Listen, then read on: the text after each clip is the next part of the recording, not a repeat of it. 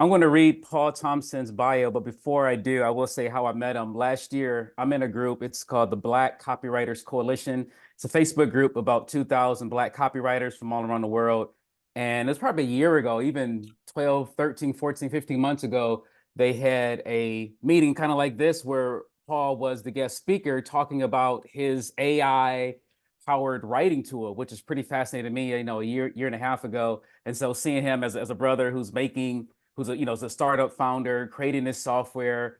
And after getting to know him a bit, finding out that he built the software before ChatGPT came out. So just a really fascinating story, kind of getting to know him more recently over the past couple months. And yeah, it's just cool to see what he's doing. And I know when I think about, I'm always talking about AI, what AI can do. And one of my biggest arguments has always been, we all can't be prompt engineers. We all don't have the skills to maybe write the best way of writing to AI. So most of us would be benefited if we found some software that already had the prompt engineering built into it. And so I'm just grateful to have Paul to come and talk about his journey, his story, and his product, which helps all of us as professionals. Not just We don't just have to learn how to use software and AI, but partnering and finding trusted software that already has the work done for us. To me, just makes it so much easier. So anyway, that's a little bit of my backstory of how I met Paul, and I'll just read a few highlights from his bio. So Paul Thompson is the CEO of HelloScribe. He's a visionary leader with a proven track record in strategic communication, marketing strategy, and creative leadership. And he's passionate about using technology to improve people's lives. So he's a creative thinker and a strategic planner, always looking for new ways to use technology to solve problems and to improve the human experience. He's a strong believer in the power of collaboration and teamwork and is committed to building a culture of innovation and excellence at HelloScribe. So HelloScribe is like a leading provider of AI-powered communication tools and services, and its products are used by businesses and organizations of all sizes to improve their communication, marketing, and customer services. Paul is a mentor, investor, advisor, and primarily focusing on the growth of startups and Black founders. Paul is a self-taught software engineer, holds a BA in English, and pursuing an MBA in executive leadership. And if we could put our virtual hands together for Paul Thompson. Awesome. So yeah, Paul, you could just unmute yourself and start off by just telling us a little bit your background, your story, where you're from, how you got into business and marketing, how you got into be a founder at HelloScribe. Well, thank you so much. It's an honor to be here to meet all of you. Um, well, I'm originally from a small island in the Caribbean. I'm from Jamaica. And I started my journey into this business because one day I was a college student and I was broke and I was out of work. And I picked up the phone and I called the first number that I saw under, well, this was the phone book, the phone number that said ad agency. And I called the first number and I told the lady who answered the phone that I'm a copywriter. At the time, I had no idea what a copywriter did or what a copywriter was, but I heard the term before. And so I called the lady and she said, "Do you have any spots open for a copywriter?" And she said, "No, but I know someone who does." And so I got the job. And then 10 years later, um, I worked for the same company. I sort of immersed myself into the field of marketing. I was a research assistant in college, so I enjoyed research. I mean, I always was always fascinated by different things in different spheres. Um, I was a linguistics major, well, a minor in college, but I got an internship in the linguistics department. So I started to study language and words, and I've always been fascinated by how words are applied at like the molecular level and how they create meaning in a practical real world scenario. So my background comes from that, sort of orientation. And so when I went into the field of marketing, naturally you start out with a curiosity to learn everything you can. And so I started to immerse myself in all of the marketing and psychology books I could. I spent hours and hours just scouring through my boss's bookshelf because he had a huge book a library. That's kind of where I started, and I read everything I could. And then you develop a skill over time, a fascination with the thing.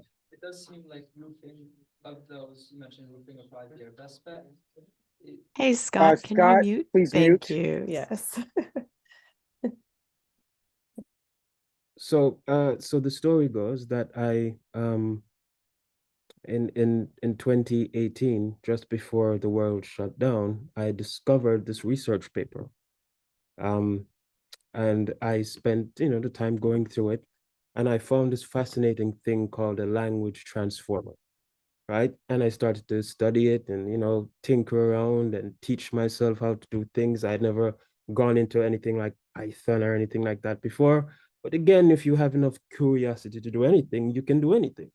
So, I started and I went in and I started tinkering around and built a demo and a prototype and showed it to all my friends and said, look at what I built.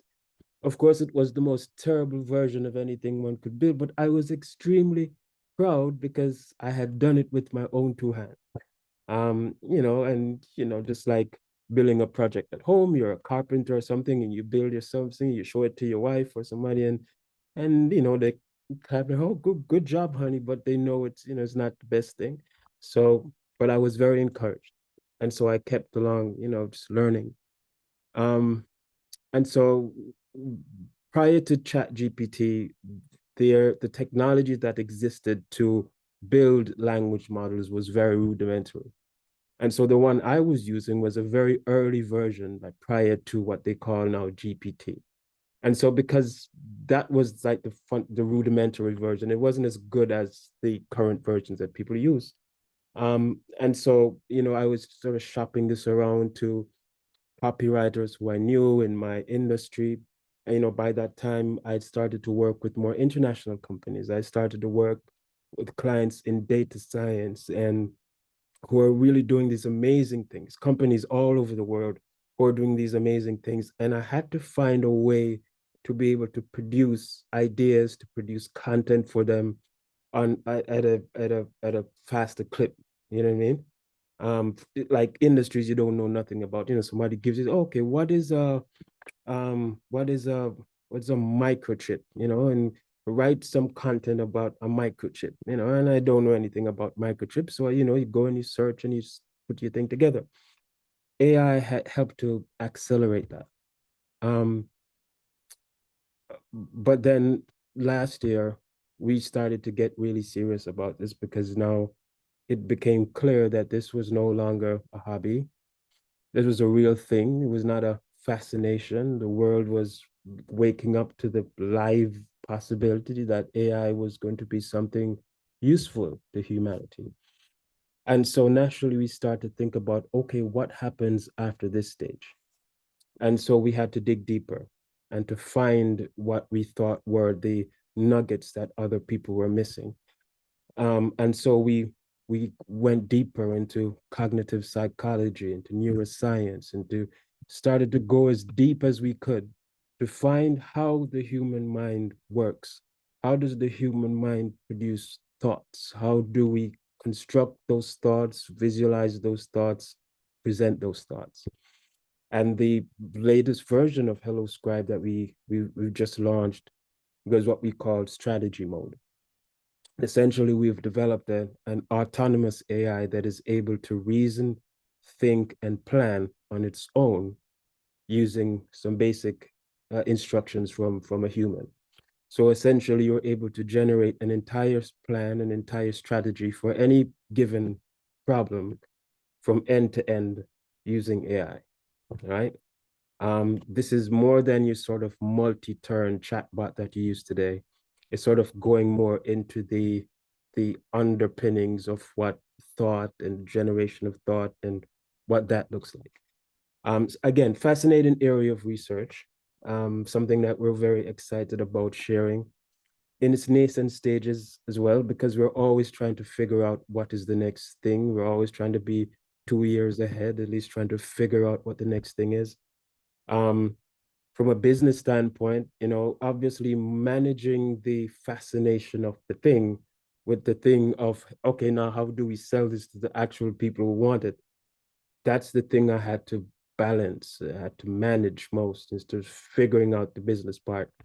Because as a marketer, you're tuned to figuring out, okay, what are the problems that you're solving, but then there's this other part, which is the creative part, which is the research and the fascination with the thing part that you have to put together.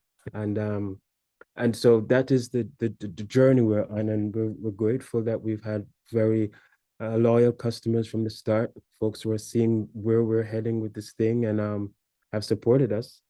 And we hope to be able to continue to grow. And so that is why I'm really happy to meet everyone here today. And hopefully, if I have any useful ideas or can share anything, I'm more than happy to, because it's always good to hear feedback. So that's the story. Thank you. Awesome. Thank you, Paul. I love it. I love your curiosity. And even from a young age, it seemed like you're willing to take chances and just get out there and kind of fail forward. Have you always been like a risk taker? And is that like how has that helped you throughout your life? I'm just curious. Well, my wife would say that. She would agree with that. But as a child, I was always very hands-on and curious. So I didn't want somebody to explain the theory to me. I wanted somebody to show me how it works, right? I wanted to put my hands on the thing and figure out the thing myself. And you find when you're that kind of person, you end up with a lot of bruises many times, because you're trying to figure out the thing that you want, because that's how you learn. I didn't discover that till way later in life, that's my learning style. But yes, I was always very curious, and try to learn about things that way, as I'm sure many of you are. That's kind of the way we figure things out. Awesome. Thank you. So, so everybody here is in the marketing business. We're all communicating. A lot of them are doing like high volumes of leads, large scale campaigns. And so just I don't know, when it comes to, I don't know, coming up with copy that converts, coming up with whether it's researching new audiences and converting, what have you learned, or how have you learned to partner with AI? What are some tips you could share about how do you use AI to get results that work versus, I assume there's a difference between just talking to your product or any product versus finding something that actually converts and makes winning campaigns. Any like tips and things you've learned through your experimentations and your product? Well, the two things I would say. First, there's the coin. There's the strategy and the creative, being both sides of the same coin. And so my boss always, my first boss that I had, always spoke to the importance of understanding the marketing issue first before developing the creative. And so we spent a lot of time thinking through whatever the brief was, whatever the client brief or whatever the thing was, and thinking through the marketing problem that we were trying to solve. And it's out of that the creative approach would evolve. Now, naturally, you have a lot of tools that allow you to A/B test and stuff like that. But when we were in a sort of traditional marketing environment, you had one shot. You had $10 million. You had a few channels. You had TV, radio, outdoor, right? And then you did some online stuff and some social media stuff. But by and large, the majority of your budget was being spent in those channels. And because of that, you really had just one shot to get it right. And so there was always this insistence about thinking about the strategy thoroughly before you develop the creative. And so one of the things that we've found with HelloScribe is even the idea of generating a creative brief. Once we think through a strategy and we generate a brief, that brief now informs what you put as the context for the copy that you write.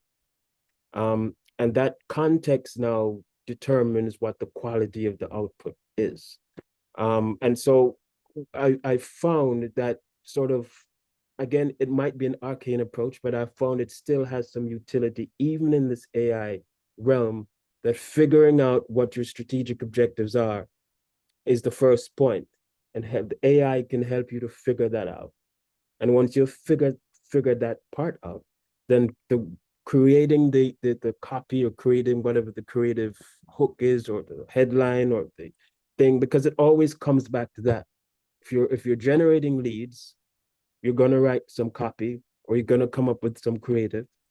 There's going to be a headline and there's going to be a flow of information that you present to your prospect that is going to get them to take an action, regardless of the environment that you present it in, whether it's a video or it's a email or whatever.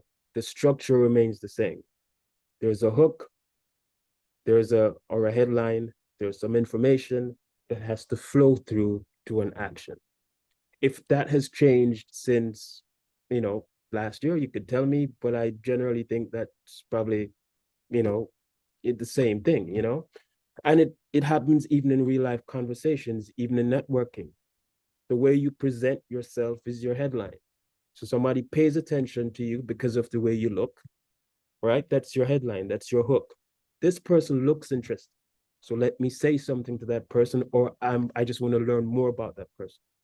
When you open your mouth, you begin to speak, that becomes your body copy, and that now becomes your call to action. Okay, now that I've said what I've said, are you interested in learning more about me? Here's my card, here's my website, convert. Buy my product, buy my service, do business with me. It works like structurally, I think it's the same everywhere. I hope I'm not over elaborating too much, but that's kind of how I sort of modularize things and how we think about things in working with HelloScribe. No, it's good. Michael, so you get your hand up. Yeah. Sorry to interrupt. I had a question for you, Paul. This is really, really interesting what you've built. I'm curious what use cases are you seeing your users use that are most interesting to you, and how has that impacted your path forward with the development of the product? So, if that makes sense. Well, thank you.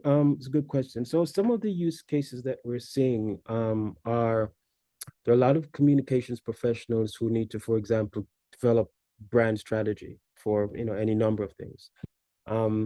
Sometimes starting from scratch is the hardest thing, and you really need to have a starting point. Because again, think about it. There's this professional who's been given a brief by their sales team or their production team. They say, I need to move X number of units of this product next month, right? We sit in this committee meeting or whatever the case is, and then we come up with a basic blueprint of what this thing should do, right?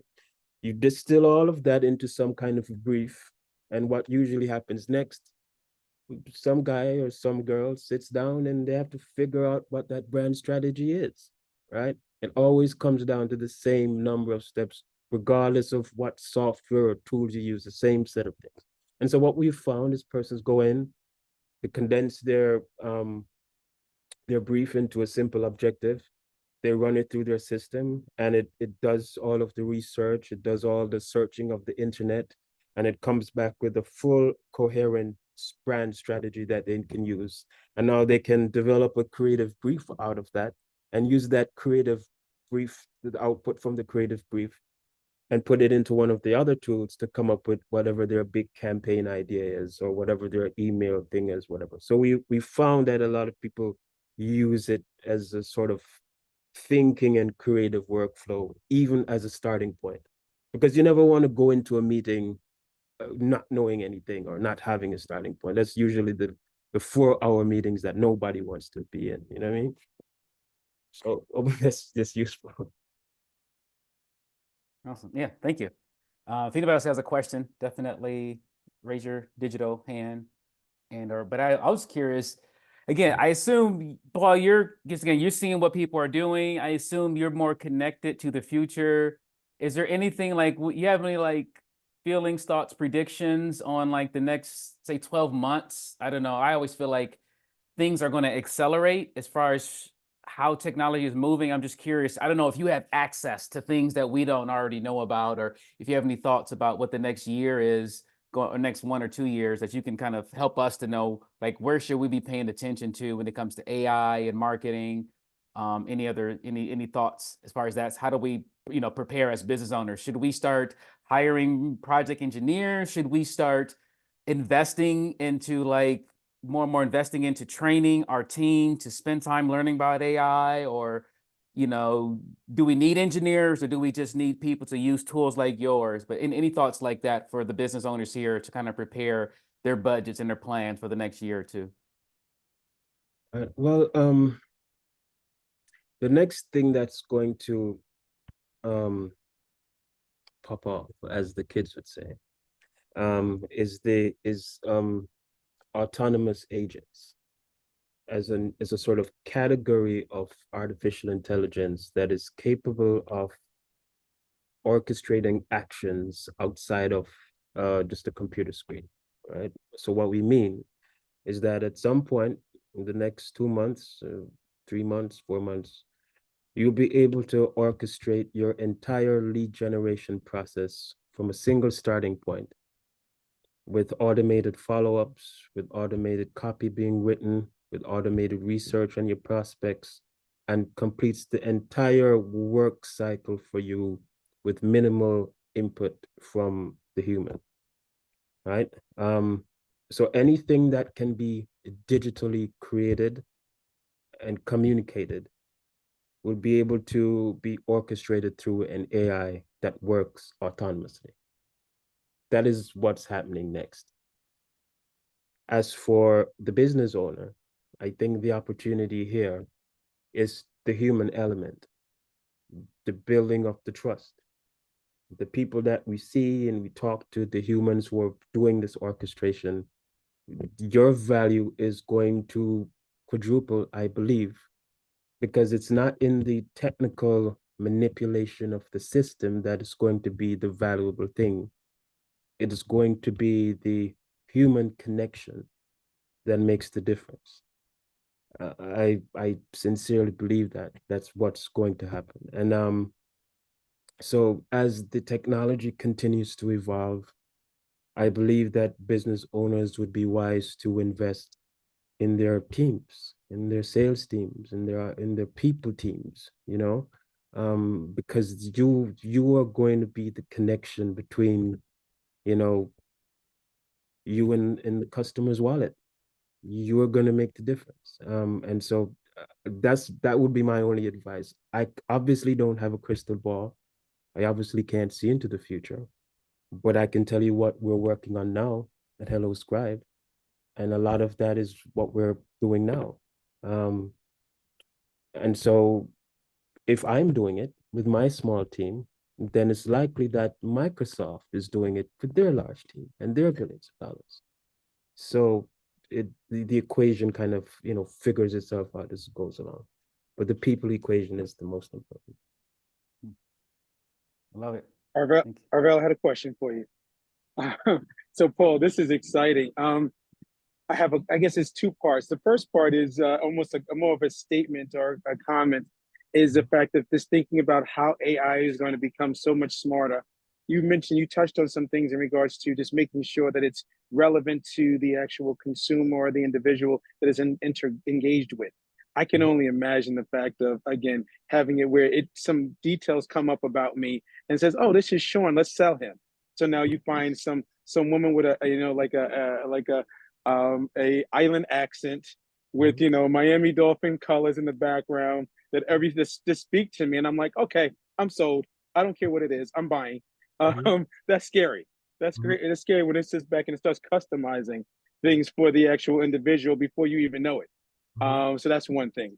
But second is, again, just on topic in regards to, because again, today we are here at Blacks in Performance Marketing. I always want to make sure that one of my concerns is that when people are writing the back end scripts and putting in the information for AI to engage with us, I want to make sure, should we be concerned that they won't be all inclusive? And what I mean by that is, again, right now, if you have an individual from a certain ethnicity, a certain background, and they're writing scripts and they're pulling up content, how can we make sure that it's always all inclusive? so that nobody is left behind. If it is individuals of color, if it's women, if it's the young, if it's the old, how do you make sure that that the people who are writing these scripts and writing these profiles give back the information that's relevant to all? That's a very thoughtful question that one has to really dig deep into. There's no 100% foolproof way of making this happen, right? So one of the things we've been experimenting with is this notion of mental models. And in psychology, mental models is just these frameworks that we create to make sense of the world, right? And we all apply these mental models in our daily lives. So the question is, right, how do we train AI systems to have a mental model of the world, and what is that mental model likely to look like?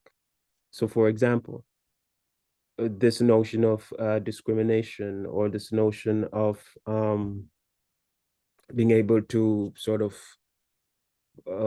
adapt to a particular situation, whether it's a cultural situation or somebody with a disability, or using language in an appropriate way to a particular audience. These are nuances that have to be programmed into the system.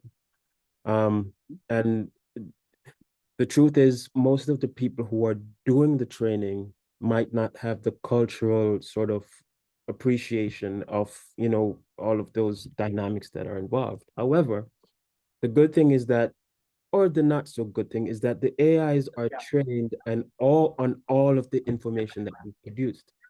So the double edge of that sword is that if something exists in a database or on the internet that is discriminatory by its nature, then the AI is going to likely interpret that as a correct indicator of how to correspond with the human, and might reproduce those sort of strings of thought into the output. But I think that based on the feedback that these systems get, they will improve over time. That's the optimistic view. The pessimistic view is that darker skin tones in vision language models are going to introduce policing systems into our communities that are going to stop us and arbitrarily sanction us because we fit a particular profile that has been trained in a data set. These are real concerns that are happening right now. The answer to that is, I don't know. But there have to be enough people on both the orchestration end, as in the people building the things, but on the vigilance end, in the person's interpreting and looking at sort of all of the policies around that. We have to have people on both sides of the table to be able to have the nuanced conversation that this requires. But I do not know personally how we will resolve this. Good answer. We have another hand up, TTU Rain. I don't know what your name is, but go ahead. Hey, what's going on? Timothy Terrain, Director of Marketing here at Osceola Community Health Services. This question is for Paul. So I was reading through, obviously, your agreements here when you first get to the website. It does seem like you do share a lot of information with third-party vendors, et cetera. Now, I'm marketing in healthcare, which is very, touchy. We talk about HIPAA and then proprietary data that we have. Does your AI share that data that we'll be discussing on a meeting, for example, about patient demographics, et cetera? And then would your AI now use the data that they gained from our conversation to help support another organization that might be a competitor to better market to our same people that we're targeting? Are there ways that you're doing, internally to make sure that doesn't happen, that the data is not being shared with like competitor agencies? It's a good question. The data that we use is stored in a sort of secure database. So we are not able to, well, let me give you a very practical example. Whenever you enter a piece of information into an AI system like ours, it doesn't see words. what it sees are numbers called vectors. And then it interprets those vectors back as words. So inside of our database is just gobbledygook. You're not able to see it, right? But the AI can interpret that as an output whenever you need it to. That's the first thing. But to your very specific concern, no, we do not train our AI systems on your data. We do not share your data with third-party vendors. The only third-party vendors who have access to information would be like our payment processors, for example, because we don't process credit cards. And people who will process your email address or whatever identity you use to authenticate yourself, like a phone number or an email address. We don't store that information. That information is securely stored by a third party.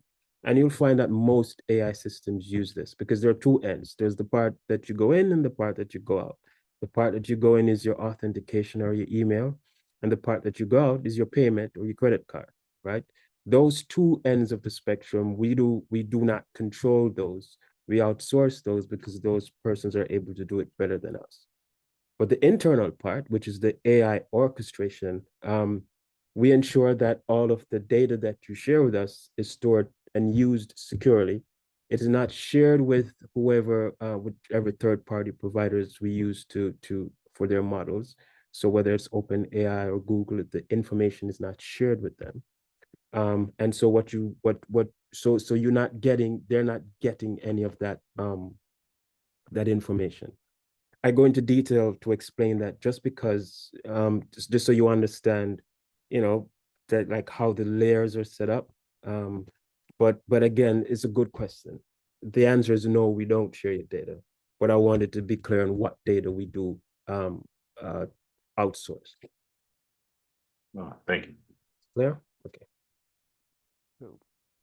So I got another question. I'll ask another one. So again, so Paul, so you're a startup. Are you looking for investors? Like, what's in your future? What do you need as far as the company? Is there a way?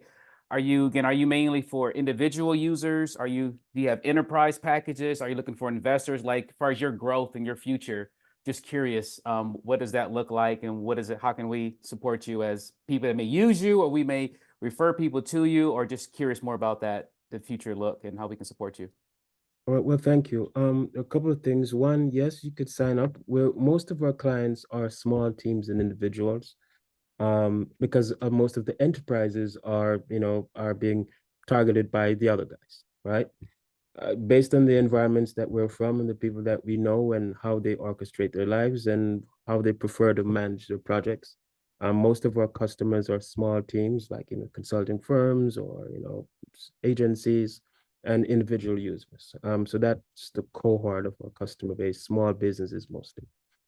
Right. So obviously we're looking for more customers because one always welcomes customers, because sales is the antidote to most things, right? Are we looking for investors? We're always open to investor conversations. But one of the things that we found incredibly difficult when we just got started was people being able to see the future, right? It wasn't easy to paint the picture of what the future is like before. I think it's becoming more easier because people are seeing it in their popular consciousness now. And so it's a little easier to sell the idea. But it wasn't easy to get started with no funding, no capital, no rich grandma, no nothing like that. So we were literally to start literally from scratch, doing all of the things that we did on our own. And so what we did, well, I made a promise to myself and my team that once we were in a position to help others, we would. And so we started a GoFundMe campaign because we wanted to create an incubator. We want to create an incubator for other people who have AI ideas.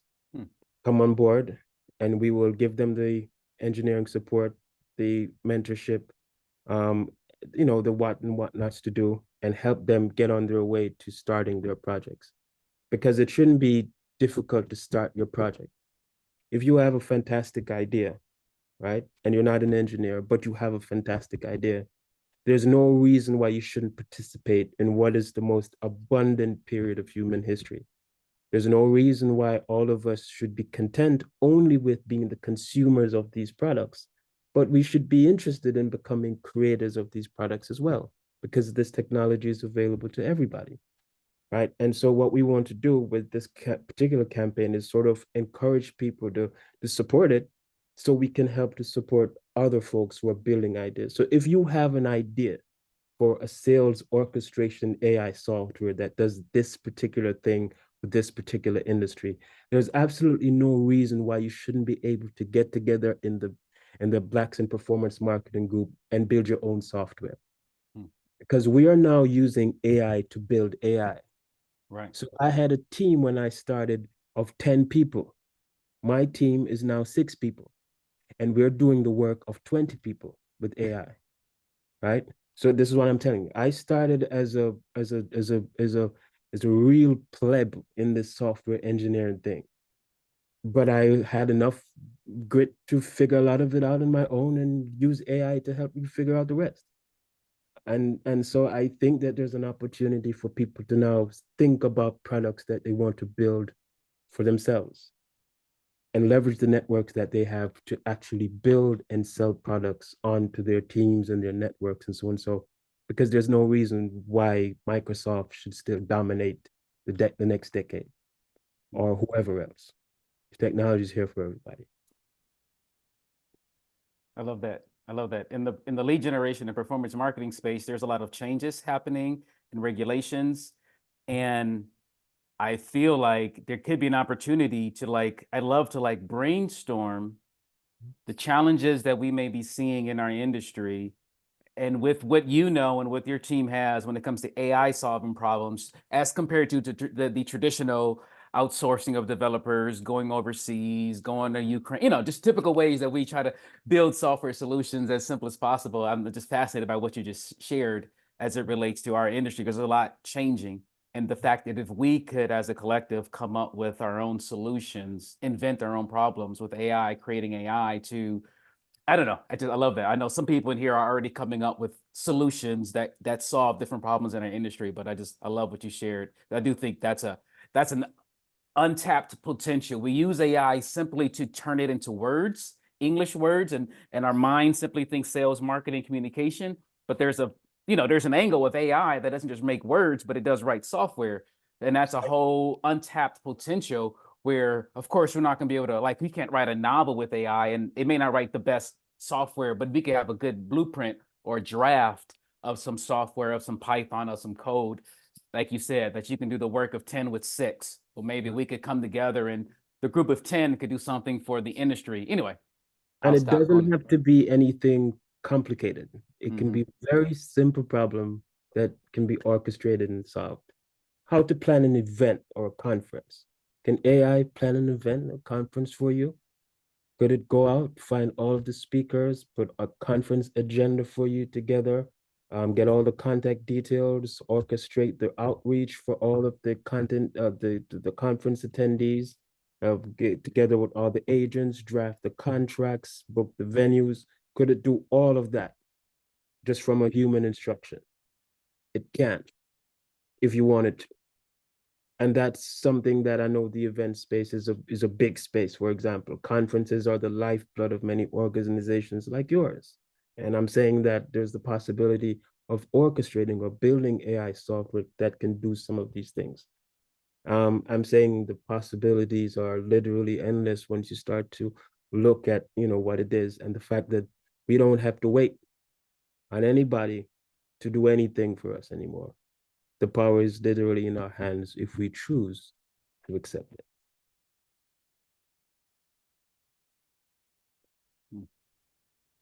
Chad, I see you unmuted. You got something? No, I'm sorry.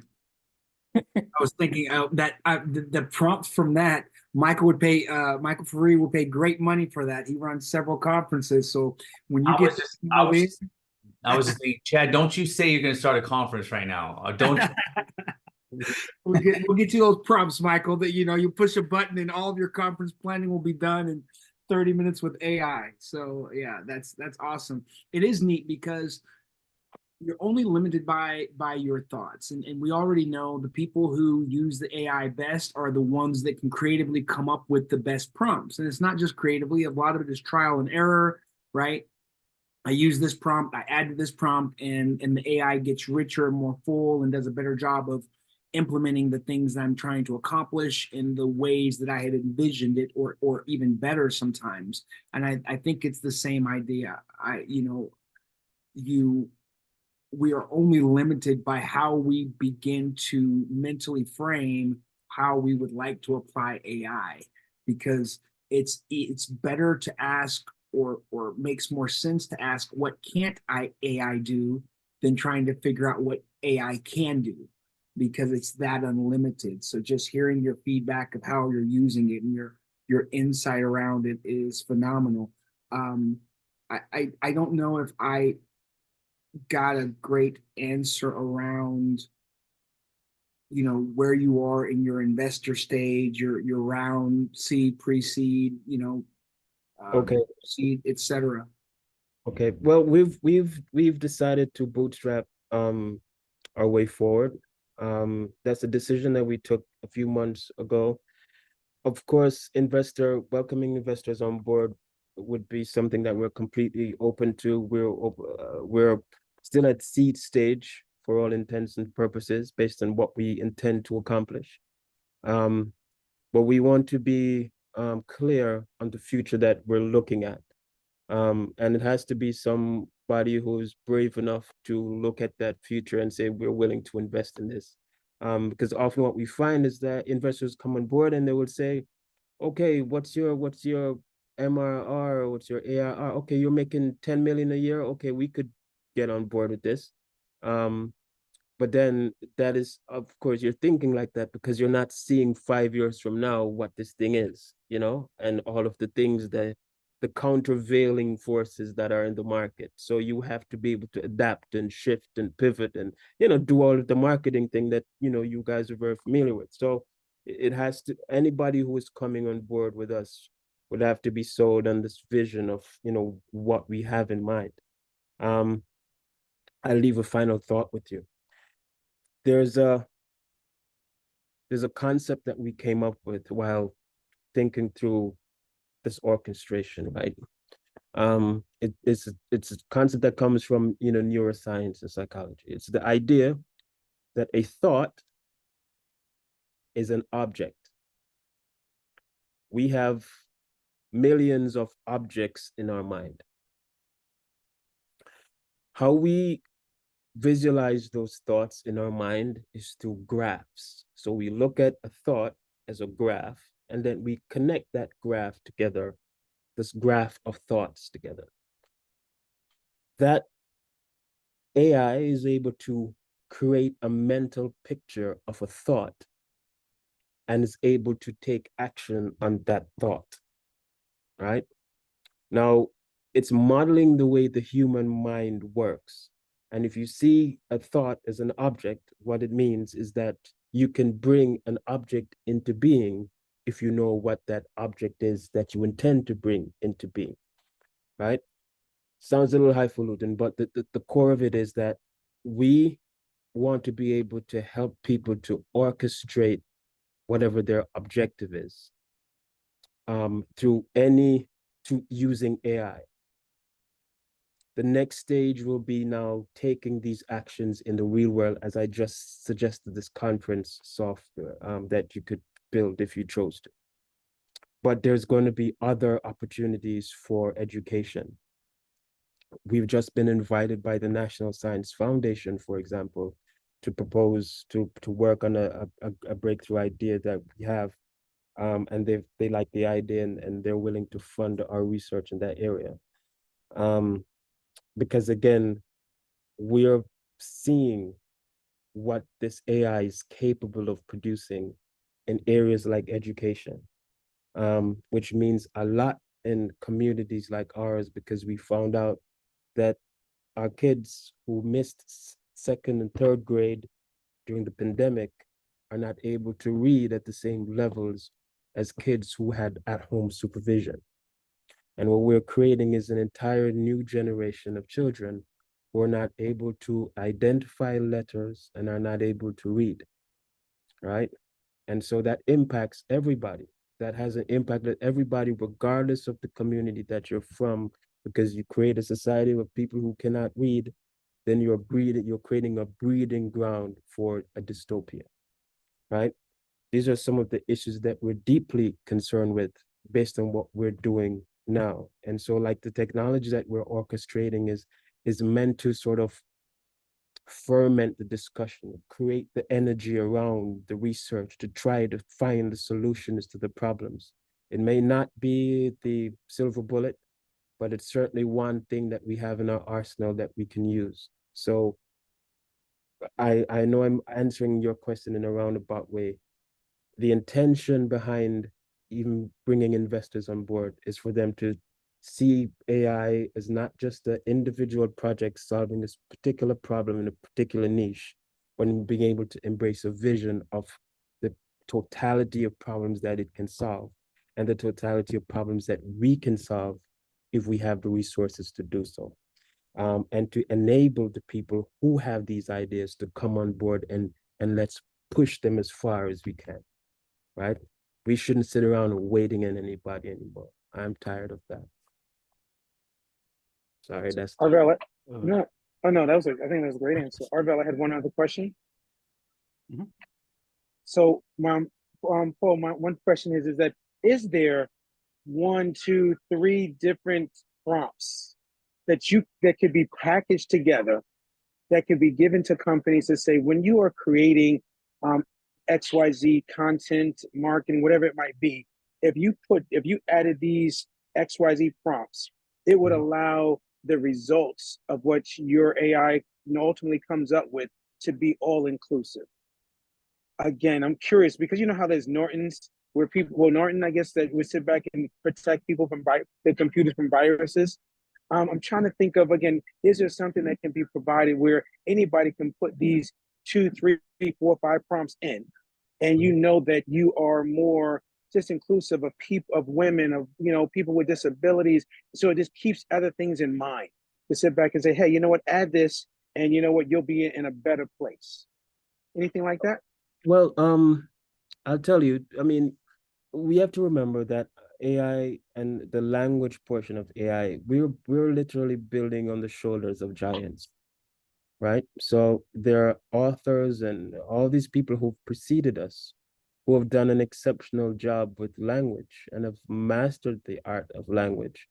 And if you simply indicate a style preference to write in the style of a particular author, for example, you're likely to get an output that is more resonant with what you. So, for example, um, one of my favorite authors is Hunter S. Thompson, because that's the way I talk, and I'm very kind of thing, and he's very kind of out there, right? Whenever I write my emails in his style, I get something closer to what I want to say. But then it could be easily MLK, or you could write a prompt in the style of somebody who represents the community or the style that you want to write in. That's a very easy way to do it, right? Um, Oftentimes we don't think about, oh, I just want to find a thing. No, we are standing on the shoulders of giants. All of their information is in all of this language, all of these language models. And so if you wanted to write a prompt, you can see write in the style of X person, and it will give you a result that you need, almost without exception, right? There's an easy way in. However, what I've also found is that in terms of simplicity and clarity, simply appending to your prompt, flesh reading score 75 or above usually gives you very good outputs. It's FLESCH reading score 75 or above. And you usually get some exceptional outputs that way. And you can try it in your favorite language model, and it usually comes out pretty good. But there's no magic phrase. I have had this fascination for a few years about the notion of the master prompt. All right. Coming from this, in Christian text, they said the world began with a prompt. So based on that notion, is it therefore possible? Is a thought experiment. Is it therefore possible that there is a master prompt hidden inside of an AI language model, that it's possible to come up with every solution to every possible problem? Just a thought. But it's an entertaining thought to pursue if you have the time to do it. So, but again, a lot of it is trial and error. I've been writing prompts for I've been writing copy for 20 years there, but I've been writing prompts specifically maybe for about 4.5 years now. I'm talking about maybe 2,000 hours a year, right? So I'm close to maybe 10,000 hours, I think, of writing prompts. So I have a fairly good idea of how to orchestrate them, but you learn something new every single day. So there's no panacea or no silver bullet that I've found so far. If I find it, I would share it with you. There you go. Awesome. That's a great answer. I want to say one thing on that. I know we got like 2 minutes left. I was in a group it's an investor group, and they were talking about AI and prompts, and it was a Christian panel of investors, and one guy who's creating Christian versions, but not just Christian, but like Lutheran and all the sects. And so when it comes to what's the bias, or how is it trained, or how do we know that it's going to communicate in a way that's the way we want? Some organizations are like ChatGPT, which is built scraping the entire internet. Again, the internet is not equal. Mhm. All races don't have the same amount of communication, don't have the same amount of websites, don't have the same amount of books, don't have the same amount of published research. So the AI is based upon the data that's available. And then from the data available, it's trained by certain people. So the data isn't equal.